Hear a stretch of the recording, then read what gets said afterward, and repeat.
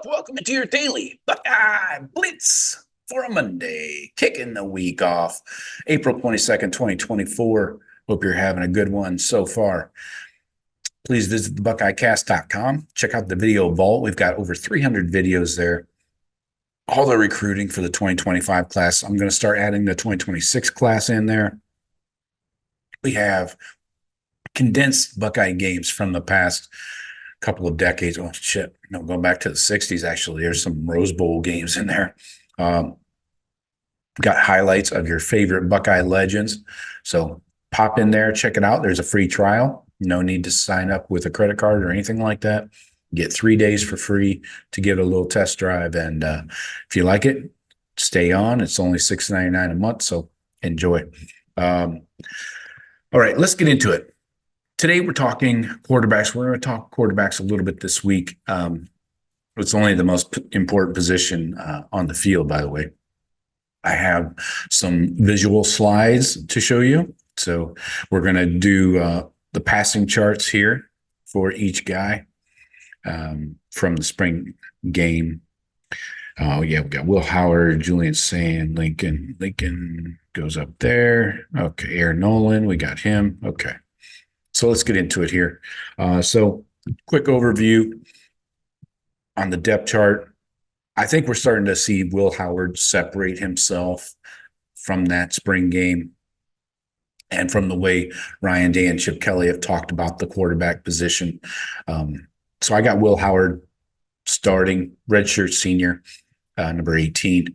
Then I got Devin Brown, redshirt sophomore, backing him up. Then I got Lincoln Keenholz, the redshirt freshman, and then Julian Sand, the freshman, true freshman, and Aaron Nolan, true freshman. So that's my five. And again, I'm going to keep banging this drum till it breaks. I think we're going to go into fall camp with all 5 QBs. We'll see. At the time of recording this, nobody's popped in the portal yet. So Buckeyes obviously enter spring camp with 5 scholarship quarterbacks, and all the talk was about how Ryan Day is going to give those quarterbacks enough reps, to figure out who a starter is first, and then also develop each of them, But a major difference between one of them and the other 4 is Will Howard's experience. He has over 20 starts. All right, that's important. And it wasn't just starts at MAC level. It was at Kansas State. Say what you want about the Big 12, but that's Power 5 football. So everyone else on the roster combined has just 1 start. Devin Brown, 1 start. That was the Cotton Bowl last year. Didn't last long. Brown has been in the system the longest. You could, that's a feather in his cap for sure. Then you got redshirt freshman Lincoln Keenholz. He was obviously not ready to play, real game.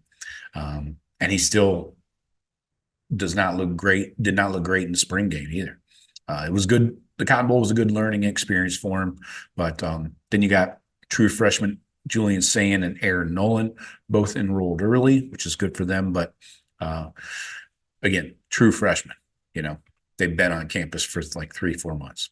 So the competition for the starting job is really between Will Howard and Devin Brown. Devin Brown hasn't shown much because of his limited opportunities and injuries. Will Howard did have ups and downs at K-State. I'll admit to that. But after the spring game, it's still a competition between Devin Brown and Will Howard.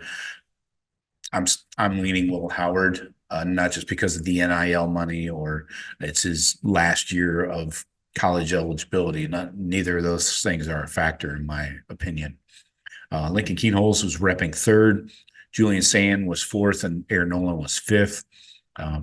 All 5 quarterbacks got reps with the first team all spring long. They rotated constantly, but Brown and Howard got the most reps. And sometimes those reps were with the 2s and 3s, but they, generally got most of the reps. So it was kind of unexpected that Julian Sand turned heads in spring. Got a few headlines with the Buckeye beat, but because he quickly picked up the offense, he processes things quickly, and He is a little undersized at 6'1", but he gets rid of the ball quickly and accurately, which is very important. He's more advanced than most freshman quarterbacks, So let's take a gander at these passing charts. Let me pull these up and share them with you. So if you're watching on YouTube, this would be useful. If you're not, I'll just kind of walk you through them.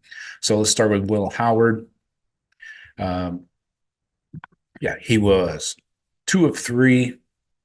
I think what I really liked was the throwing to the left in mid-range, like 10 to 19 yards. He was 2 of 3. Did not try too many shots down the middle. Not much was there. One deep shot to the left over 20 yards was 0 for 1 there. Then 0 for 2 on the right side, mid-range, 10 to 19. Then he hit those 0 to 9 yards, so under 10-yard completions. He was perfect. 1 for 1 on the right, 1 for 1 in the middle, and 4 for 4 on the left. So that's huge. You got to be able to complete those 10-yard and in passes consistently, because those keep the chains moving, and he was 1 for 1 behind the line of scrimmage. So let's look here at Devin Brown. There. So Devin was 1 for 1 for 25 yards on deep balls. That was to the left. And then his mid-range, 0 for 1 to the left, 10 to 19 yards. 1 for 1 right down the middle for a touchdown for 11 yards. That was the one to Brendan Schramm, mid-range, and then 1 for 1 for 10 yards to the right. Didn't really attempt much in the 0 to 10-yard category. He had 2 to the right for 20 yards, but none in the middle, none to the left. Then behind the line of scrimmage, he was 0 for 1. So all in all, minimal attempts, minimal completions. Did have the touchdown though.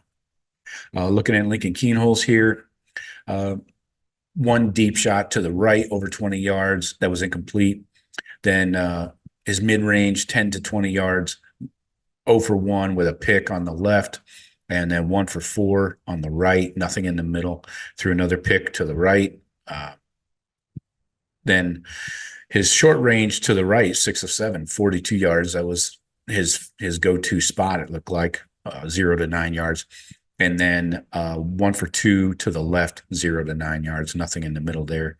Did not even look at the middle of the field the way it looks on this passing chart. Behind the line of scrimmage, 1 for 1 for 5 yards to the left, 1 for 1 for 5 yards to the right. So equal opportunity behind the line of scrimmage. So again, not a lot of attempts, but not a lot of completions, and 2 picks you just can't have. That's terrible. Julian Sayin here. Now, all the talk was about Julian Sayin during spring ball, but deep balls, he was 0 for 2, over 20 yards. Mid-range, 0 for 1 left, nothing down the middle. 2 for 3 to the right, 24 yards, but also had a pick over there on the right at 10 to 20 yards. Short game, nothing to the left. 1 attempt in the middle, no completions. And to the right, this is 0 to 10 yards, 4 for 6 for 44 yards. So again, working that right side. I'm guessing that was to the tight ends. Then behind the line of scrimmage, he did have some success to the left, 3 for 3 for 14, and 1 for 1 for 3 yards right in the middle of the field, and nothing to the right behind the line of scrimmage. So, yeah, again, the picks, can't have that. Completing short range passes is expected for sure. Then looking at Aaron Nolan. Air seemed to do most of his damage on the ground with his feet, right? Nothing over 20 yards, not even an attempt. Then he had a pick in the 10 to 20 range right down the middle. And then 1 for 1 to the right, 10 to 20 yards for 11. Then his short range is really where he made his bread and butter.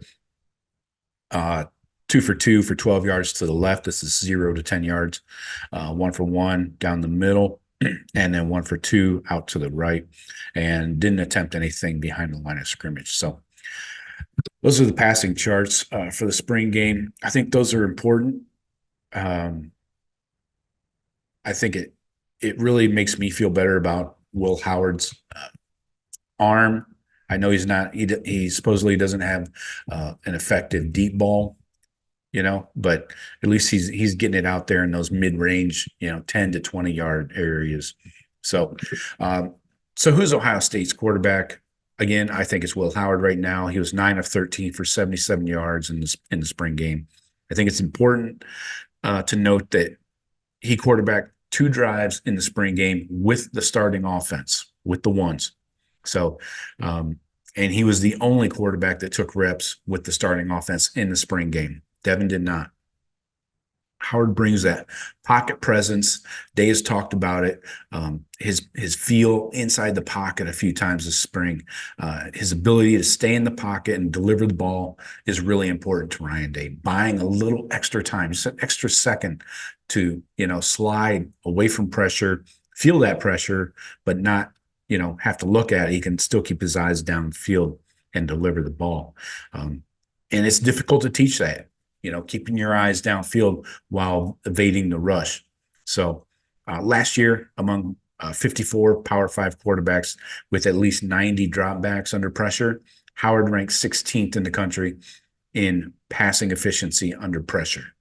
Compare that to Kyle McCord, who ranked 47th under pressure. So, and Howard's efficiency under pressure ranks 3rd among quarterbacks that were in the portal. He was behind Dylan Gabriel and Blake Shapen, who is at Mississippi State now. But the other thing with Will Howard is his decision-making. It's very important. They're going to be running more RPOs, run-pass options with Chip Kelly, not to mention zone reads and things like that. But it's important that Howard makes the right decision in the RPO game. He showed that in the spring game. He showed the ability to make the right decisions, and that can open up more options for the offense. Making the wrong decisions can be very, very bad. Not just negative plays for negative yardage, but turnovers and things like that are a possibility too. So Howard doesn't need to be outstanding. He just needs to be good. He needs to move the offense, move the chains, distribute the ball like a point guard. That's what Ryan Day wants. The question is, can he go win a game when needed? If he can distribute the ball and make good decisions, I think he can. So going forward, the position coaches have all met with their players by now. So the players know where they stand. Communication has been open throughout the spring and will remain so through the summer into the fall, and obviously after the season, of course. But so no one's caught off guard by the depth chart. There shouldn't be any surprises with anybody on the entire roster. The open lines of communication make it clear to everyone where they stand. You can't fool the locker room. It's that old adage everybody says, especially former players. They constantly say it. Coaches say it. Chip Kelly, after the spring game, said it. He said, quote, "I believe every time I've been involved in this, that it kind of happens organically and authentically because the players know. They're in the locker room with them every day. Players understand who they feel is the guy, and most of the time the decision is very obvious." So again, you can't fake the locker room. So Will Howard's your guy, the way I see it. Decision making, experience, pocket awareness, things like that. Those are all key and underrated, undervalued characteristics, in my opinion, for a starting quarterback. So let me know what you guys think. Hit me in the comments. All my contact information is always in every episode, down in the notes, in the description below the video, or on podcasts. It's down there in the show description. So get a hold of me. Let me know what you think. If you disagree, agree, whatever. But please visit thebuckeyecast.com as well. And we'll talk to you tomorrow. Go Bucks.